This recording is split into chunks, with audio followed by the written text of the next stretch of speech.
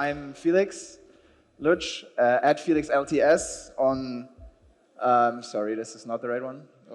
Yeah, on Telegram or Twitter. If you don't know me, I am a researcher and advisor in the staking space. I used to be the chief commercial officer at Chorus One for the past 5 years. Chorus One is one of the biggest node operators in the space, and I'm here today to talk a bit about the sort of infrastructure perspective on restaking and shared security. So Quo Vadis validation, putting some Latin in my title, like where are we heading in the validation space essentially. I wanted to bring it back. I mean, I know a lot of you guys are familiar with staking, but I still wanted to kind of take it back to the basics, how it actually works, right? We sort of have this two-sided marketplace where there's delegation of labor and delegation of capital, right? You have the token holders delegating their tokens and receiving rewards for it, and they're delegating the tokens to these operators that run the infrastructure and receive rewards for that. So that's really at a high level how staking works. It's a big market that doesn't exist for long, right? So Staking Rewards has been doing amazing, tracking this staking market over the last few years, and so grateful for Mirko to have brought the entire community together with the team here in Istanbul for the second time, and also last year for the people that were there, one of the great events, unfortunately overshadowed a bit by the FTX collapse, but this data also is again from Staking Rewards, showing there's literally over 10,000 individual staking infrastructure entities, so this includes solo stakers and companies.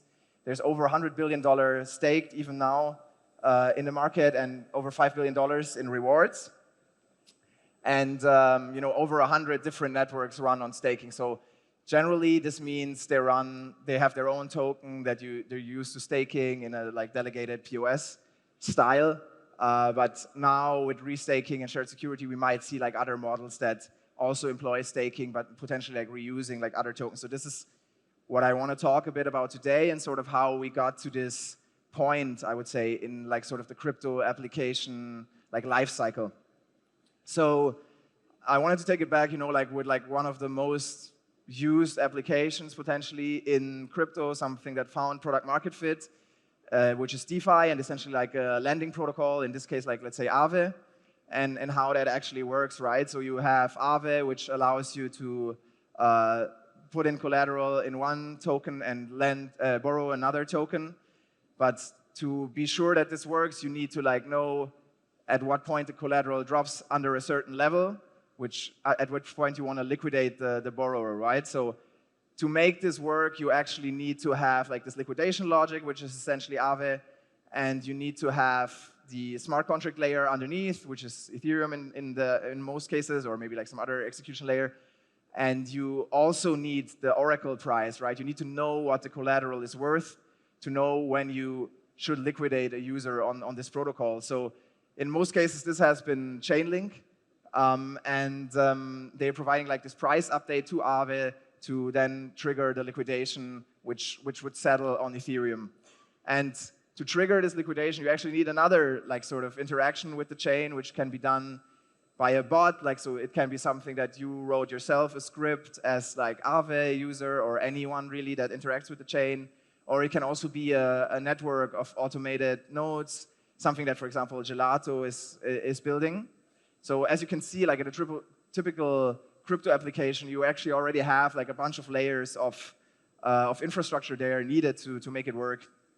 Now, from the infrastructure perspective, as an operator, these are all sort of bespoke nodes potentially, right? So in Chainlink, you have to run this Oracle software. You have to run these binaries that publish the price updates from the off-chain sources, which might be exchange APIs or others.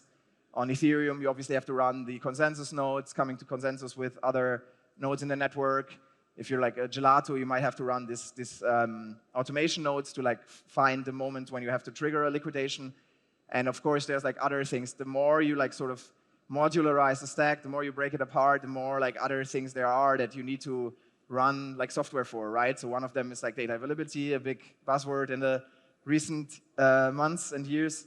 And of course, interoperability. Once you have different networks, you also want to be able to interoperate between the different networks. So there again, you need infrastructure to enable me to send tokens from Ethereum Solana, or maybe even trigger a liquidation from Solana on Aave or something like that. So often this also takes on the form of another like network of nodes.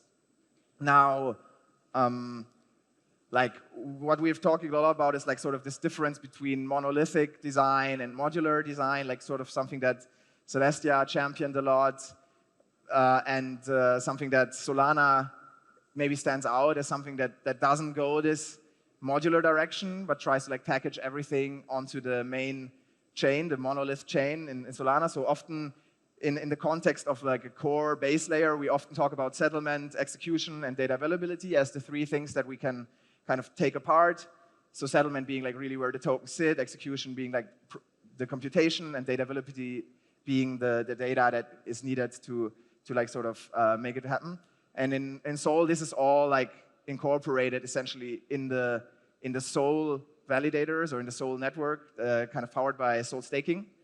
In a modular world, it looks a bit different, right? It looks like, for example, now if we take an example of optimism, or like it's a more hypothetical example where you have the settlement on Ethereum, you might have the execution on the optimism chain, you might have the data availability outsourced to Celestia, and you have the Oracle with Chainlink. So you can see there's like a lot of like different players involved, and everyone there has their own business model, has their own token, potentially for staking, or at least for incentivizing people to actually participate in this network. Sometimes it's not staking, sometimes it's like governance-based. For example, in Chainlink right now, the operators are more chosen like based on governance versus like a token staking model.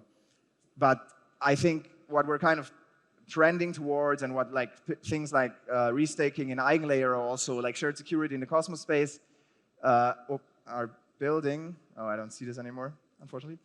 Is like a different model where essentially you're trying to reuse the same token to provide security to these different modular components. So you might have like restaked ETH to run the settlement layer or the execution layer, and also the Oracle. Yeah, so this is kind of like the direction that these projects are trying to sort of head towards, and incentivize like what EigenLayer calls AVSs, like networks that are building on top of EigenLayer to, instead of maybe issuing their own token, reutilize the existing Ethereum trust set to also provide security to one of these applications. The argument here being that, you know, if you reuse the security, like you're only as strong as the weakest link. Your application, like earlier as I talked about Aave, might be that actually it's much easier to hack the Oracle than to hack Ethereum. So if you have control of the Oracle, you can kind of destroy the application still, like all the value, if you have control over the Oracle. So like the application is only as secure as the weakest link. If you do use restaking, potentially you might have more security in these layers that might otherwise be weak, and then through that sort of have a reason to use restaking, right? Now, again, kind of bringing it back to this concept of delegation of labor and capital. So on the one side, the token holders and the node operators. For the node operators, if you have this paradigm of restaking and like sort of shared security, you have to you operate infrastructure, right, for the token holders. Like it means if you operate on a shared security network, you might have to run much more infrastructure than you would on a normal network. That leads to like higher costs, obviously, and more complexity for you to manage all these different networks and binaries. And this additional labor should be offset by kind of the additional rewards that you earn on the commissions from the token staking, which is like a big question mark, right? So actually in the Cosmos ecosystem, we are seeing that like, you know, there's like 2, 3 like shared security networks, and the additional rewards from that are like kind of minor, but the complexity is the same for any node operator. So like the complexity for node operators grows linearly, but the rewards might not. So it's kind of an interesting dynamic there. For the capital providers, like restaking is great because it like kind of allows you to earn additional rewards. You get higher yield on your ETH or any other token that you can restake essentially, and then, but it also means you have to opt into additional penalty criteria, right? So it means now I'm also slashable for offenses on the Oracle or on whatever other network my operator is running. which is like maybe sometimes overlooked, right? Like often the user might just look at the yield. So it's very important to like think about this risk dimension as well, like in this equation. So really, that's what like these liquid restaking protocols and providers or like operators that run restaking infrastructure need to think about. You know, how much like risk can I pile up? Do I have like control over that? What happens when I fail on this one AVS or this other AVS? Now I just wanted to kind of compare these different models, like how it actually looks in practice with like a diagram. If you look at like interchain security on Cosmos versus eigenlayer style restaking, so you basically have this differentiation between like a forced model, I call it, and like this opt-in model. So in shared security as it's implemented on Cosmos right now, you're actually, every operator is sort of forced to operate both of the networks. If like, let's say a network is accepted by governance, meaning like all operators operate both networks and thus the security is shared. There are some like minor exceptions there, because if you force all operators to run multiple networks, again, the complexity grows. But for different operators, they can have different economics. So for some operators, like more complexity means like they're not profitable anymore. So especially towards the bottom of the set, the more networks you add, the more cost for operators, the more become unprofitable, the more people will like sort of drop from your validator set, meaning making it overall like less decentralized, less secure. And in contrast to that, you have like this opt-in model where every operator by themselves like chooses to opt into additional networks. So in eigenlayer, the way it works is that you as an operator can like sort of choose the AVSs you're supporting, and the people that delegate to you then like get that additional yield and the additional penalties, but you don't need to do that. So there's also like versions in Cosmos that try to work towards a similar thing, but there's also like some issues with this model. So these models have like some trade-offs between them if you look at them more closely, which is like what I want to spend the last 3 minutes on. To just like kind of summarize. So, right, we saw the network maturity, like just being like more applications actually running on chains requires you to have more infrastructure, like on a high level, right? So you saw the Aave application, it actually needs you to run like an Oracle, needs you to run the liquidation trigger, all these things. The modularity sort of enabled more innovation in the space, because now instead of one team building it all, you can have like, you know, one project focusing like on one part of the stack, the other project on this other one.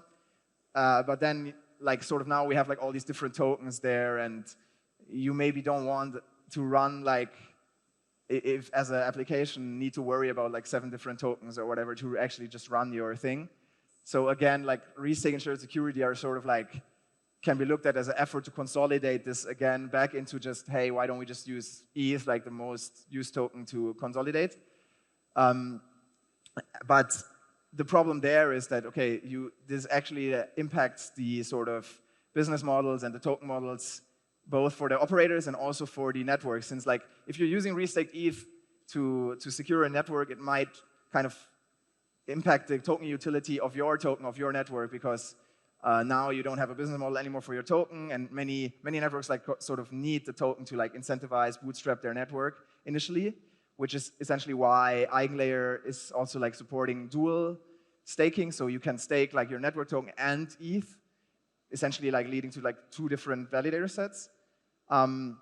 Another problem is that if you force the design, like every validator has to run this additional software like it is in Cosmos right now, we saw that it's especially unsustainable for smaller operators, making the network potentially overall less decentralized, because like the infrastructure requirements get higher and the complexity, meaning it costs you more.